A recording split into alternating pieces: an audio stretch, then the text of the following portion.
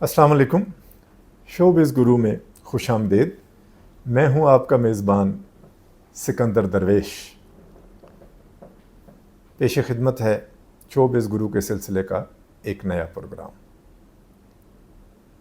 दिलीप कुमार साहब ने भरी अदालत में इस बात का इकरार किया कि वो मधुबाला से मोहब्बत करते हैं और मरते दम तक उसे चाहते रहेंगे।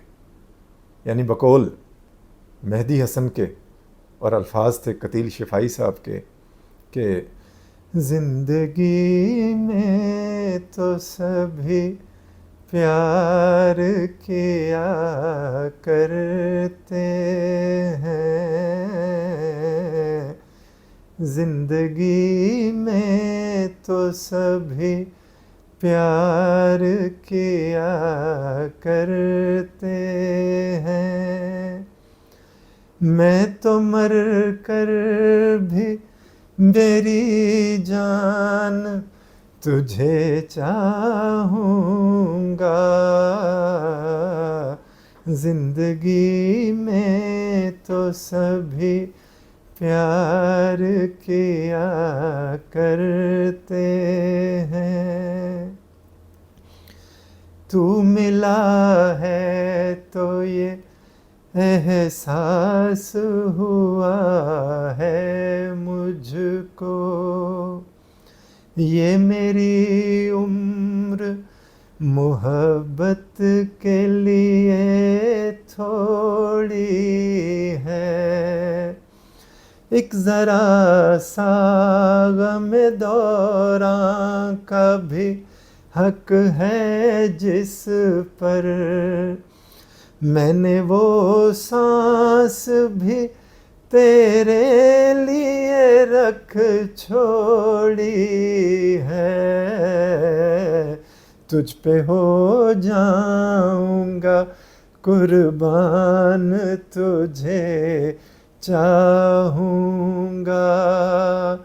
मैं तो मर कर भी मेरी जान तुझे चाहूँगा, जिंदगी में तो सभी प्यार किया करते हैं। अपने नग़मात में जज्बात रचाने के लिए मैंने धड़कन की तरह दिल में बसाया है तुझे। मैं तसव्वुर भी जुदाई का भला कैसे करूं, मैंने किस्मत की लकीरों से चुराया है तुझे। प्यार का बन के निगहबान तुझे चाहूँगा। मैं तो मर कर भी मेरी जान तुझे चाहूँगा,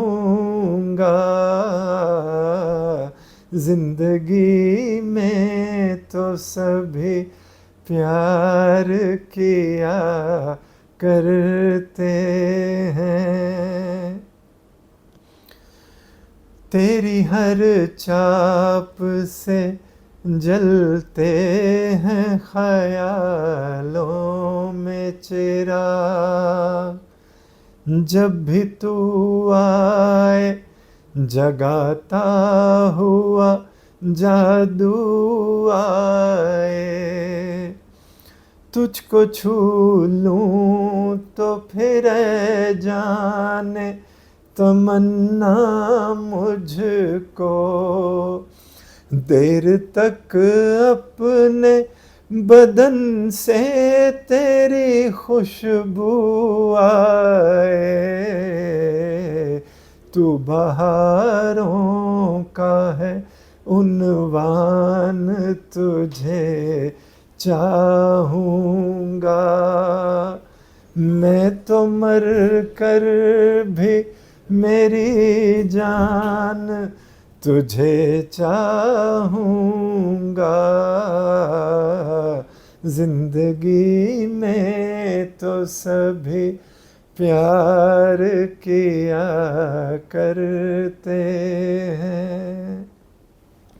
दिलीप साहब ने बबांगे दहल सबके सामने इस बात का इजहार कर दिया कि मैं मधुबाला को चाहता हूँ, मुझे मधुबाला से मोहब्बत है।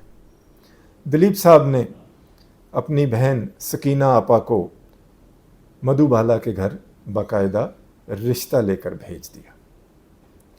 मधुबाला के घर जब सकीना आपा और दिलीप साहब के बाकी घर वाले पहुँचे तो अताउल्ला ख़ान ने उनको मेहमानों की तरह भी ट्रीट नहीं किया और बड़ी सर्द मोहरी से उनके साथ बात की और बड़े ही वाशगाफ अल्फाज में उसने दिलीप साहब को मधुबाला का रिश्ता देने से इनकार कर दिया।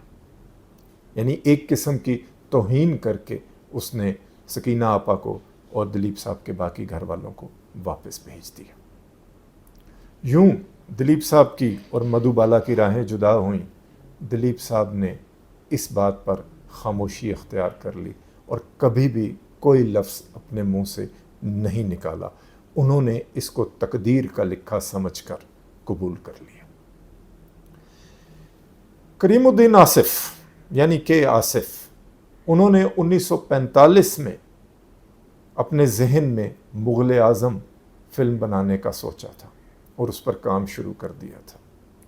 इस फिल्म की कास्ट पहले कोई और थी, हीरो हीरोइन का किरदार कोई और कर रहा था, अकबर बादशाह का किरदार किसी और ने अदा करना था। लेकिन 1950 के बाद आसिफ साहब ने दिलीप साहब को कहा कि मैं तुम्हें और मधुबाला को हीरो हीरोइन लेकर और पृथ्वीराज साहब को जलालुद्दीन अकबर के रूप में लेकर इस फिल्म को बनाना चाहता हूँ। मैं चाहता हूँ कि मैं अपने ख्वाब की ताबीर लोगों के सामने ले आऊँ। आसिफ साहब को हिंदुस्तान की फिल्म इंडस्ट्री में आसिफ धांसू के नाम से याद किया जाता था और वो थे ही ऐसे, अपनी धुन के पक्के। जिस वक्त उन्होंने बाकायदा मुग़ल आज़म की शूटिंग स्टार्ट की, उस वक्त दिलीप कुमार और मधुबाला के दरमियान बातचीत ख़त्म हो चुकी थी और वो एक दूसरे से बिल्कुल मिलते मिलाते नहीं थे, सलाम दुआ भी नहीं करते थे। के आसिफ ने जब मुग़ल आज़म के बारे में जाकर अताउल्ला ख़ान से बात की तो उसने कहा कि मैं मधुबाला को सिर्फ इस सूरत में इजाज़त दूंगा कि वो दिलीप कुमार से बात नहीं करेंगी और सिर्फ वही मुकालमे बोलेंगी जो कि फ़िल्म के स्क्रिप्ट का हिस्सा होंगे। इसके अलावा वो दिलीप कुमार से सलाम दुआ भी नहीं करेंगी। के आसिफ ने इस बात पर आमादगी ज़ाहिर कर दी और वो दिलीप साहब के पास चले गए। दिलीप साहब को जाकर उन्होंने कहा कि मैं मुग़ल आज़म की शूटिंग शुरू करना चाहता हूँ। तो दिलीप साहब ने कहा कि क्या मधु मान जाएगी, वो काम करेगी इस फिल्म में? तो आसिफ साहब ने कहा कि मैंने उसके बाप से बात कर ली है, मधुबाला इस फिल्म में काम करेगी। लेकिन दिलीप साहब ने कहा कि मैं इस फिल्म में काम नहीं करूँगा। के आसिफ ने किसी तरीके से इस बात पे दिलीप साहब को राज़ी किया कि मधुबाला खुद आएगी तुम्हारे पास, खुद वो तुम्हें आकर मनाएगी और इस फिल्म में काम करने के लिए राज़ी करेगी। अब के आसिफ साहब ने इसके लिए क्या क्या पापड़ बेले और कैसे कैसे उन्होंने मधुबाला से रब्ता किया और किस तरीके से उन्होंने मधुबाला को इस बात पर राज़ी किया कि वो दिलीप कुमार साहब के साथ मुग़ल आज़म में काम करें। और मधुबाला वाकई दिलीप साहब से मिलने उनके घर आई तो के आसिफ ने दिलीप साहब से कहा कि यार अब तो वो तुम्हारे घर आ गई है, अब तो वो तुमसे मिलने आ चुकी है, बात ना करो, कुछ भी ना करो, लेकिन फिल्म में काम लाजमी करो। मैंने ये फिल्म तुम्हें ही लेकर बनानी है, तुम ही इस फिल्म में शहज़ादा सलीम का किरदार अदा करोगे। दोस्तों, उसके बाद के हालात क्या हुआ, कैसे ये फ़िल्म पाए तकमील तक पहुंची, किन किन दुश्वारियों का सामना के आसिफ साहब को करना पड़ा, ये हम आपको बताएंगे अगले प्रोग्राम में। खुश रहिए, खुशियाँ बांटिए। अल्लाह हाफ़िज़।